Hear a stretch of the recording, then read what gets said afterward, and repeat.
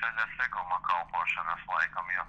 Diemžēl daudz vietu ceļš savu laiku jau nokalpojis. Ceļu pārvaldes direktors skaidro, ka tūlītēji rekonstrukcija būtu nepieciešama vismaz 4000 kilometru asfaltētā seguma.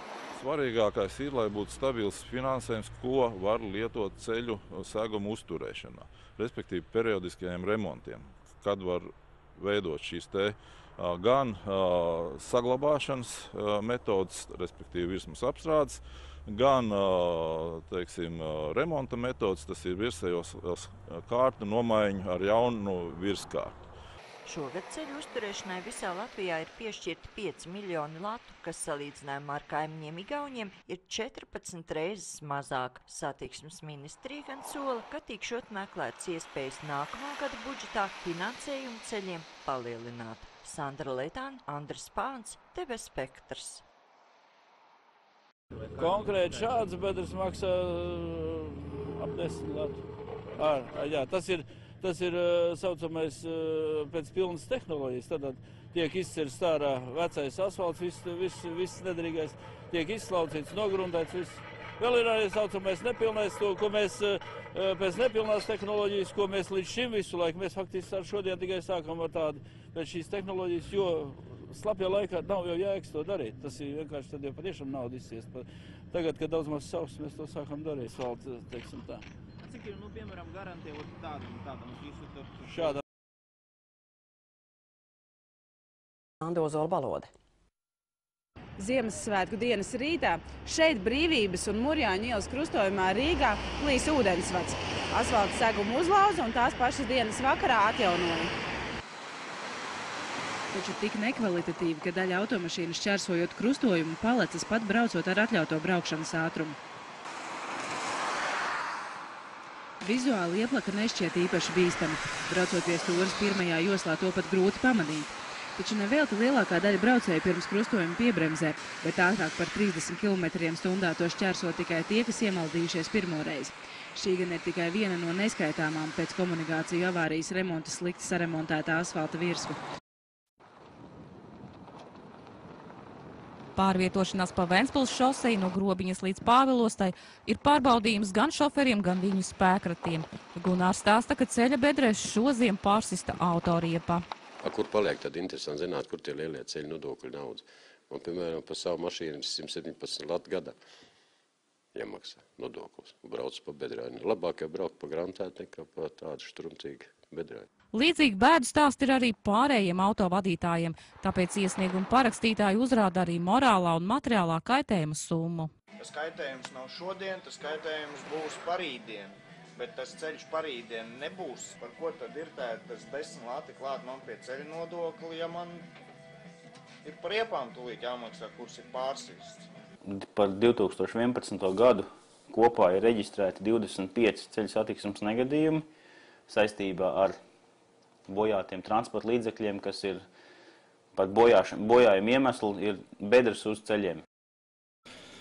Virsū pēc tam 3 kārtas asfalta, bet šogad ir paredzēta 1 kārta asfalta. Prioritāte. Un šogad mēs esam izstrādājuši programmu, kas paredzēs līdz 20. gadam savas visas Latvijas valsts galvenos autoceļus apmierinošā stāvoklī, kā tagad ir ļoti zemā, sliktā stāvoklī. Mēs plānojam, ka viņi būs apmierinošā un labā stāvoklī.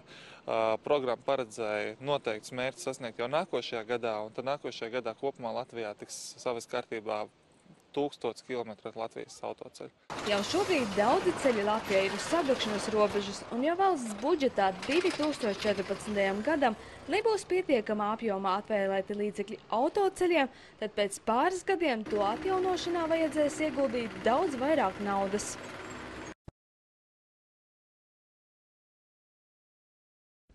Un turpinot par satiksmes lietām, spoži neiet arī tepat uz zemes. Vairākas amatpersonas šodien skaļi kliedza par Latvijas ceļu slikto stāvokli. Tikmēr de facto pabija Liepājas pusē, kur nesagaidot, kad kārtējo reizi aizlāpīs tūkstošiem lielu bedru uz Grobiņas Ventspils ceļa, neliela iniciatīva izauga par lielu akciju. Lai cīnītos par ceļu labošanu, savākti vairāk nekā 1000 pārakstu. Inga Šņūra skaidroja, ko var panākt ar šādu iniciatīvu un cik daudz naudas Latvija atvēl saviem ceļiem. te ir, jā, te ir atkal, kur jātais slaloms, un vakar brauc mājās, un te brauc riteņbraucējs gar malu, pretī mašīna, kas man atliek, ko darīt, nu, es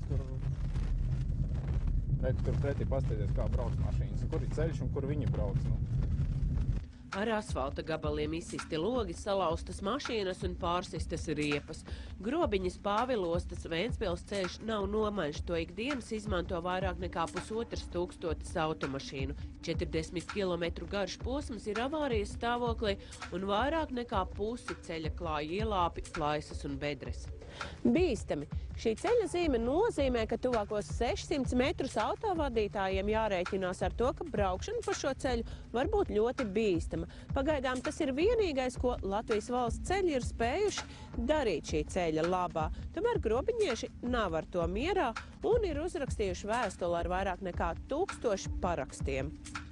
Kāda juriste, kura brauc pa šo ceļu, nolēma atgādināt satiksmes ministrijai par tās pienākumiem, rūpēties par to, lai ceļš būtu satiksmei drošā stāvoklī. Mazā pat anonīmā iniciatīva apzināt uz šī ceļa cietušos izauga par lielu parakstu vākšanu.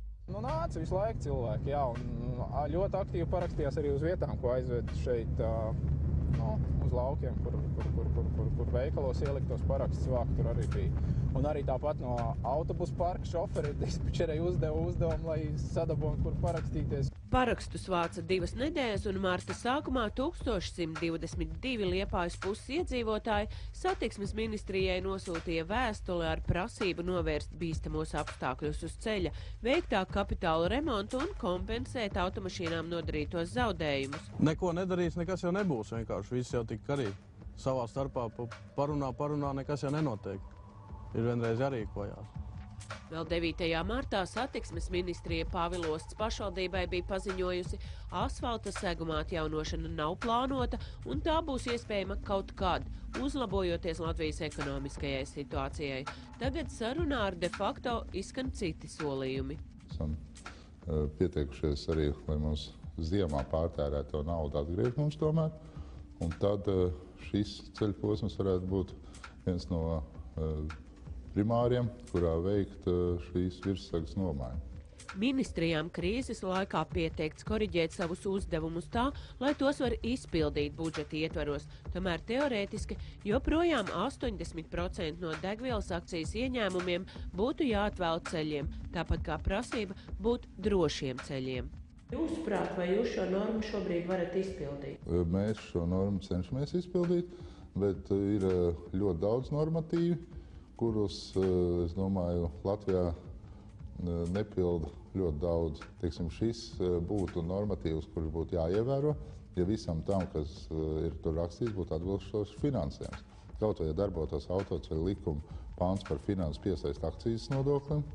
Politiķi regulāru finansējumu trūkumā mēdz vainot speciālā budžeta likvidēšanu autoceļiem. Tomēr Finanšu ministrijas dati liecina, ka arī pēc speciālā budžeta likvidēšanas valsts līdzekļu autoceļiem spējuši pieaugt pat 5 reizes. Izņēmums ir krīzes gadi. Lai arī ne šobrīd, satiksmes ministrs uzskata, pie speciālā budžeta tomēr ir jāatgriežas. Manuprāt, tas bija pareizi. Manuprāt, pie tās sistēmas vajadzētu atgriezties. Lai mēs būtu droši, pirmām kārtām paši, kas mēs maksājam, ka tā nauda tiešām nonāk uz ceļiem. Jebkurā gadījumā finansējums speciālām budžetam ir tieši sasaistīts ar budžeta ieņēmumiem. Ja šie ieņēmumi samazināsies, tas nozīmē, ka arī izdevumi samazināsies. Līdz ar to tā nav panacēja, kā atrisināt, teiksim tā, ceļu infrastruktūras finansējumu. No valsts budžeta šogad autoceļiem atvēlēti 80 miljoni latu, ieskaitot naudu pašvaldību ceļiem. Bet pamatīgu ārtavu ceļu būvei dos tieši Eiropas fondu līdzekļi. Saskaitot kopā gan budžeta, gan Eiropas naudas, aina nebūtu nezīmējas tik slikta. Šogad ceļiem atvēlētais finanšu apjoms vairāk nekā 200 miljonu latu būs līdzīgs kā 2007. 2008. gadā.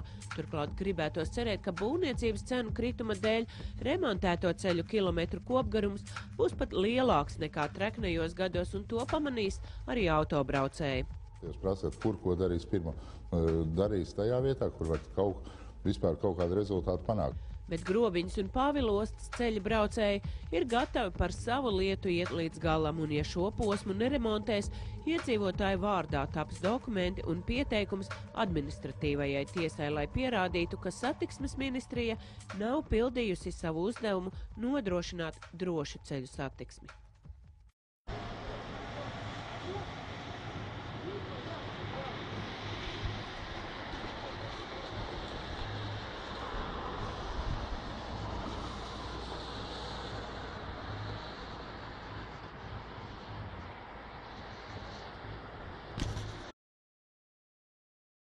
Valsts ceļu vecums Latvijā ir vismaz 21 gads.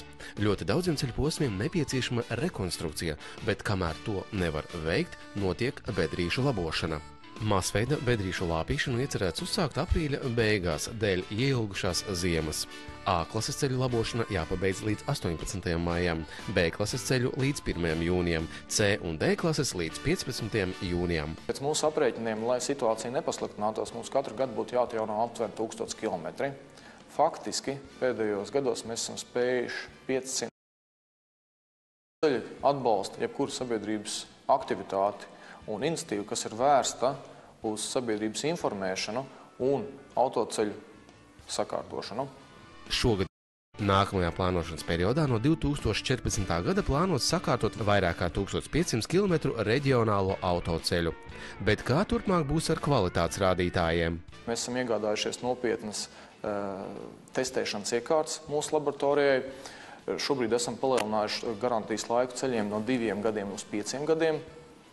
Šobrīd mēs strādājam pie tā, lai attiecībā pret nekvalitīvu veiktu darbu būtu nulles lojalitāte. Tas nozīmē, ka nekvalitatīvs darbs netiek pieņemts un ceļš ir jāpārbūvē jau par pašu uzņēmēju līdzekļiem. Galvenajiem ceļiem kvalitātes prasības materiāliem ir tik augsts, ka lielākā daļa materiāla vispār tiek ievest no ārzemēm. Pēdējo 3 gadu laikā mēs savā laboratorijā esam ieguldījuši vairāk kā 500 000 latus. Esam iegādājušies dažādas testēšanas iekārtas un mērlīdzekļus. Esam iegādājušies gruntsradaru, tātad, ar kuru pārbraucot pāri ceļam, mēs redzam, ka viņam ir apakšā līdz 60 cm biezumam. Tālāk esam iegādājušies profilogrāfu, sliežu tests un daudz citus iekārtas, asfaltbetonu, fizikālu mehānisko īpašību noteikšanai, bitumena sastāvu noteikšanai un tā tālāk. Šobrīd pirms būvniecības uzsākšanas jebkurš materiāls jāsaskaņo mūsu laboratorijā. Un būvniecības gaitā uz katru kilometru mēs ņemam 2 pārbaudes, lai konstatētu, vai izmantotie materiāli ir atbilstoši projektam un atbilstoši visām prasībām, kādām ir jābūt šiem materiāliem. Nu, un tad ir pārbaudes, kas tiek veikts pēc būvdarba pabeigšanas. Tas ir līdzenums, saķers koeficients, ja, un pārējie mērījumi. Ja, un ņemti paraugi no gatavās segas, arī tiek pārbaudīts uz pastāvīgām deformācijām, jeb uz risu veidošanos. Principā visas pārbaudas notiek saskaņā ar Eiropas normām. Pastāvīgi notiek izmaiņas. Tāpat tās ir arī auga precizitāte un, jāsaka, ir arī šo iekārtu dārdzība lielāka. Nu, pat priekšā mums stāv arī jaunas iekārtas iegāde, kas vairāk kā 100 000 maksā par asfalta masas vai arī gatavā asfalta noturību. Sakārtot vairāk kā 520 km valsts ceļu. Nozīmīgākie objekti – Tīnūži, Koknese, Rīga, Jelgava, Liepājas šoseja pirms Saldus, Vēnspils šoseja pirms Talsiem, Valmieras šoseja sākot no Raganas, Ludza, Terehova, kā arī daudzi Eiropas reģionālā fonda projekti. Virsmas apstrāde 184 km. Tātad svarīgi ir apbruņoties ar pozitīvo domāšanu un novērtēt pozitīvi to, kas mums jau ir, un pacietīgi gaidīt nākamos realizācijas. Stāvokli jāpārliecinās vairākas reizes mēnesī. Uz galvenajiem ceļiem masveida bedrīšu remonts ir pabeigts. Bedrīšu remonts turpinās uz reģionālajiem ceļiem un vietējiem ceļiem, kurš tiks pabeigts ātrāk nekā noteikts ministra kabineta noteikumos. Autovadītāji, kas ikdienu ar automašīnu vai autobusu mēro vairākus 100 km, atzīst, ka ceļu stāvoklis varētu būt labāks, bet daudzus ceļus ar steigu ir nepieciešams atjaunot. Savukārt autoceļu uzturētāji Rēzeknes novada ceļus raksturo kā labus. Avārijas bedres nav, ir plaisas un sīkas bedrītes, kuras rodas pēc lietusgāzēm un izskalojumiem. Tātad Vienīgais posms, kurš šobrīd netiek remontēts, tas ir posms Malta-Ozolaini, tas ir uz ceļa A13 Reizekne-Daugavpils, kur posms tiks rekonstruēts. Automašīnu katru dienu braukāju. Visur tas ir. Piemēram, uz Ludzu braucu arī tas pats ir. Un tie ceļi, kuri pēdējos gados taisīti, tie turās labi. Uz Balti nav taisījami ceļu, Pušā tur labs ceļš, bet tas ir maz. Pārsvarā jau dobas visur.